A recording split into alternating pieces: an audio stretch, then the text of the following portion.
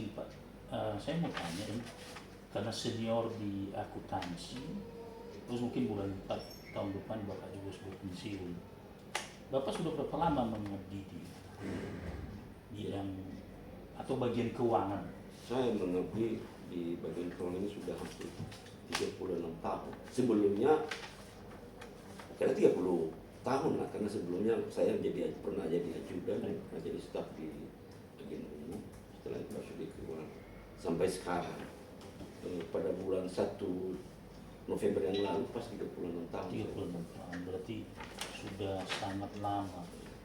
Kemudian Pak, di dalam pelaksanaan pekerjaan Bapak di bagian keuangan atau namanya sekarang BPKPD, bagaimana proses penyusunan laporan keuangan dan rekonsiliasi dari awal Bapak bergabung sampai sekarang? Pada tahun mulai bekerja saya di 89 membantu sebab pemukuan pada saat itu kebetulan habis dari ajudan saya ditempatkan di bagian keuangan khususnya di bagian pemukuan, dan pada saat penyusun laporan pada saat itu masih menggunakan mesin tik manual, Masih manual dan pakai menulis.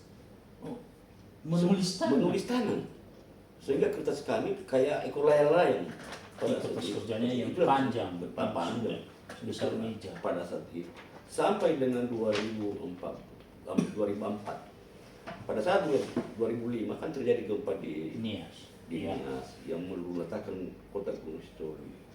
Nah pada saat itu kebetulan pada saat itu BPK datang yang berubah dari Sumatera Utara, kalau nggak salah pada itu Ibu Esther Pasaribu kalau nggak salah. Sehingga pada saat itu masih ada gempa-gempa susulan, lari kami di luar, sehingga pas sampai di situ sampai tahun 2005 masih posisi Kabupaten Nias belum mekar pada saat itu. Masih satu hanya Nias Selatan ya sudah. Belum. Oh masih yang jadi masih posisi disclaimer oleh penilaian dari BPK RI sampai 2080 gitu. Masih disclaimer dan sampai 2014 tahun 2014 WDP ya. Dua kali kita WDP baru ya kan 2021 baru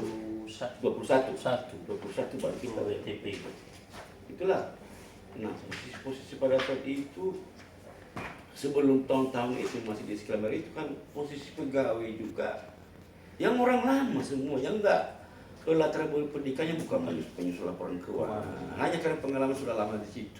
Itu. Bahkan pada saat itu pada saat atas saya untuk ke Subak itu hanya di 3 akuntansi. Selain itu teman atas SMA semua serata itu. Bahkan ada yang dari SD dulu ya SMP itulah pada saat itu. Berarti masih mending sekarang. Masih mending sekarang. Sudah ada penerimaan. Sudah ada peningkatan sumber daya manusia. Kemudian Pak, dalam penyusunan laporan keuangan dan rekon, apakah pemeriksa pernah memiliki pandangan bahwa pekerjaan Bapak tidak memadai?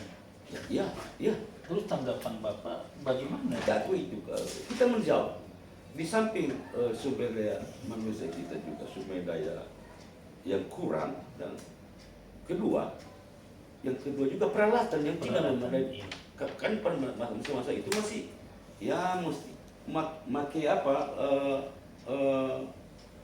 komputer yang pakai disket. Pakai disket itu perasaan ini kurang. Komputer lama dulu itu hanya dipakai untuk penganggaran itu. Nah, bukan untuk penyusunan laporan. Untuk penyusunan laporan laporan hanya itulah yang terjadi. Semakin lama ya itu aja kan. Jadi ada peningkatan. Jadi dengan perubahan pimpinan, terutama kepala BPKJ maupun kabinet akuntansi, apakah dalam perubahan itu menurut Bapak ada perkembangan lebih baik atau mundur? Sangat berpengaruh. Yang dulunya yang udah tua yang dihias itu kan, saya bilang dari awal kan latar belakang pendidikan mereka dari SMP SMA itu kan.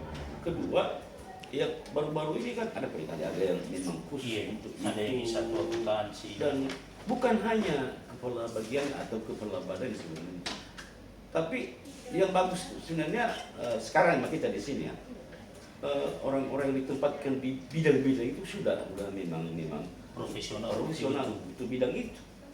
Hanya ya, mesti ada kekurangan selama ini sama kita karena kondisi juga, Iya. aplikasi juga tidak memadai. Nah, itu yang mendorong kekurangan kita dalam laporan keuangan. Itulah Pak. Kemudian Pak, satu lagi ini, apakah dalam penyusunan laporan, rekor, pemeriksaan, pengajuan SKPD ada tekanan dari pimpinan, ada tekanan dari kepala SKPD yang kita periksa supaya lebih cepat atau dipercepat? Terus tanggapan Bapak bagaimana? Misalnya dokumennya kurang, ada yang belum disetor tapi dipaksakan harus. Itu sudah biasa itu Pak, sudah biasa itu Pak. Udah pengalaman saya begitu, udah pengalaman saya. Kenapa? Pimpinan mana tahu apa kelemahan dari SKPD kalau udah tanya pimpinan, udah dikasih apanya, pengajuan sudah, gimana? Sedang diproses oke makan. Ya kan Ya. itu sih, begitulah OPD ini semua kan. Padahal mereka tidak tahu bahwa ada kelemahan, Iya. kekurangan. Tapi namun selama saya melaksanakan tugas itu, saya juga harus hati-hati. Iya. Kita harus hati-hati juga untuk kalau memang ada kelemahan kita kasih catatan ada ini kelemahannya. Terserah nanti pimpinan bagaimana mengambil kebijakan. Nah, itu yang selama ini yang Jadi itu termasuk yang membantu Bapak beri contoh waktu ada masalah hibah dulu. iya, betul. Sampai dipanggil Dipanggil di KPK ya begitu. Ya harus kita tahu, jangan sampai kita kena juga. Kecuali ya pimpinan mengambil alih silakan aja. Nah, itu. Oke, terima kasih. Terima kasih.